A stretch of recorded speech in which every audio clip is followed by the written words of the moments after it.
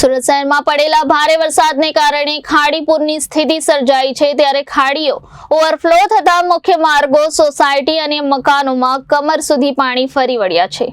સુરતમાં પડેલા ભારે વરસાદને કારણે ખાડીપુરની સ્થિતિ સર્જાઈ છે, જ્યારે ખાડીઓ ઓવરફ્લો થતા મુખ્ય માર્ગો, સોસાયટી અને મકાનોમાં કમર સુધી પાણી ફરી વળ્યા છે। બટારના રસુલાબાદમાં લોકોના ઘર ડૂબતા જીવન અસ્તવ્યસ્ત બન્યું છે। સ્થિતિ ખરાબ થતા બોટ વડે લોકોનું સ્થળાંતર કરાયું હતું અને ફૂડ પેકેટનું વિતરણ પણ કરાયું હતું, જ્યારે સુરત શહેરના મેયર તથા સ્થાયી સમિતિના ચેરમેને સ્થળની મુલાકાત લીધી હતી। ગુજરાતભરમાં સર્વત્ર વરસાદને કારણે ઠેર ઠેર પાણી ભરાવાની સ્થિતિ પેદા થઈ છે, ત્યારે ખાડી બાદ જે પ્રકારે ભટારમાં આઝાદનગરમાં આ પ્રમાણેના દ્રશ્યો છે કે લોકોના દુકાનો અને ઘરમાં પાણી ઘૂંચ્યા ચૂક્યા છે અને લોકોને હાલાકી પડી રહી છે। ત્યારે કેટલાક લોકો સાથે પણ વાત કરીશું અને જે પ્રમાણે સ્થિતિ જોઈ શકાય છે કે આ પ્રમાણે પાણીમાં ગરકાવ થઈ ગયો છે। શું કહેશો, તમારું નામ અને શું કહેશો, પાણી ક્યારથી ભરાય? પાણી આજે 3 દાડા થઈ ગયા, 3 દાડાથી પાણીમાં છે। અમે લોકોને ક્યાં ક્યાં સુધી પાણી ભરાય છે? અડધું ઘેર ડૂબાયેલું છે, અડધું ઘેર ડૂબાયેલું છે। પલંગ પર બેલા છે, લોકો નહીં નીકળતા ઘેરમાંથી, કેમ કે ઘેરમાંથી નીકળી જાય તો ચોર લોકો દરવાજા તોડીને ચોરી કરી લે, એટલે ઘેર છોડવા નહીં માંગે। તમે શું કહેશો, ક્યારથી પાણી ભરાય? કોઈ આવે છે? 3 દિવસ થઈ ગયા, આજે 3 દિવસ થઈ ગયા પાણીને। હમણાં અમે ઉતરીને આવ્યું આટલા પાણીમાંથી। કાલે કંઈ નાસ્તો વગેરે આપવા આવેલા, પણ અમારું ઉધી નહીં, આટલા ઉધી નહીં આવ્યું। કેટલાક પરિવારો છે અહીં એટલા? અમારા તો બહુ પરિવાર છે, ગણતરી તો કેટલી બધી છે ભાઈ, કેટલી તકલીફ થાય છે અમને। આ પાણીમાંથી નાના છોકરા છે, પાણીમાં બધી ગંદકી આવે છે, એ જ પાણી પી રહેલા છે। અમે બહાર નીકળવા જગ્યા જ નથી અમને તો।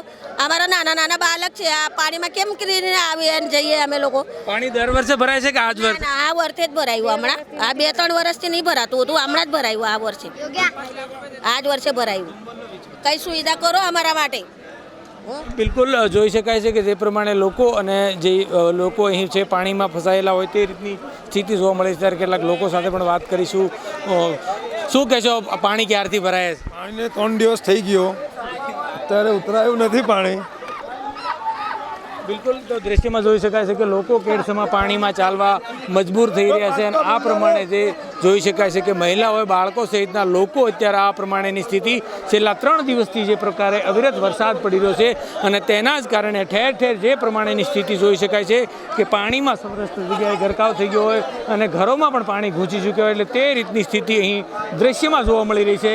અને ગ્રાઉન્ડ ઝીરો પરના જે પ્રમાણે દ્રશ્યો સામે આવી રહ્યા છે કે આ પ્રમાણે લોકોના ઘરમાં પાણી ગરી ચૂક્યા છે અને 3 દિવસથી આ હાલતમાં લોકો જીવન જીવવા મજબૂર બન્યા છે। ત્યારે વરસાદની તબાહી છે તે જોવા મળી રહી છે અને અહીં મહિલાઓ હોય કે બાળકો હોય આ પ્રમાણે પાણીમાં જે પ્રમાણેની સ્થિતિ છે તે જોવા મળી રહી છે અને કેડસમા હોય કે કમરસમા પાણી કે ગળાડૂબ પાણી સુધી પણ લોકો જીવના જોખમે અહીં આવી રહ્યા છે। અને આ પ્રમાણે જોઈ શકાય છે કે માહોલ અને જે રીતની પરિસ્થિતિ છે તે વરસાદ હવે જે થમવાનું, હાલ વરસાદ બનશે પરંતુ પાણી હજી ઓસરવાનું નામ નથી રહ્યા, એટલે ક્યાંક ને ક્યાંક તંત્રની જે બેદરકારી છે તે સ્પષ્ટપણે દેખાઈ રહી છે અને તેને લઈને 3 દિવસથી અત્યારે હાલ આ પ્રમાણેની આઝાદનગરમાં સ્થિતિ જોવા મળે છે અને પાણી હજુ વરસાદ બંધ છે પરંતુ પાણી હજુ ઓસરવાનું નામ નથી લઈ રહ્યા। સુરત શહેરમાં જે પ્રમાણે સર્વત્ર વરસાદને કારણે જનજીવન પર અસર પડી છે અને ત્યારે જોઈ શકાય છે કે અહીં આઝાદનગરમાં આ પ્રમાણેની સ્થિતિ છે તે જોવા મળી રહી છે અને પાણી છે તે ઘરોમાં કે દુકાનોમાં ઘૂંચી ગયા હોય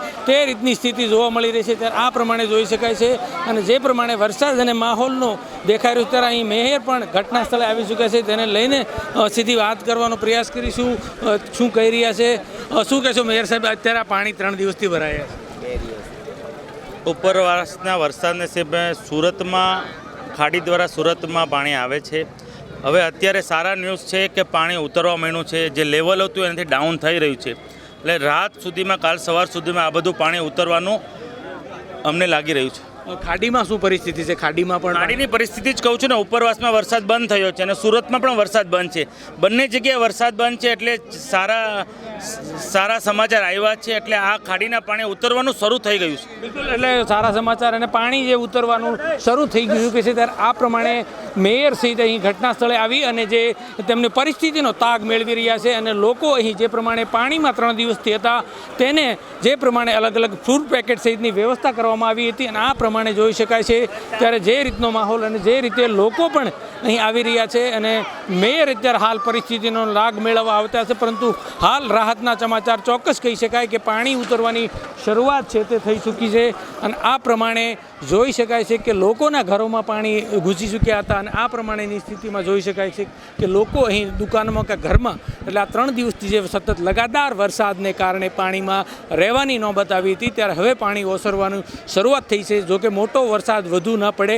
તો ચોક્કસ પાણી ઉતરે, નહીં તો હજી પણ આ લોકોની મુશ્કેલીમાં વધારો ચોક્કસ થઈ શકે. સહયોગી પરેશ રાઠોડ સાથે અરવિંદ રાઠોડ, જનાદેશ ન્યૂઝ, સુરત.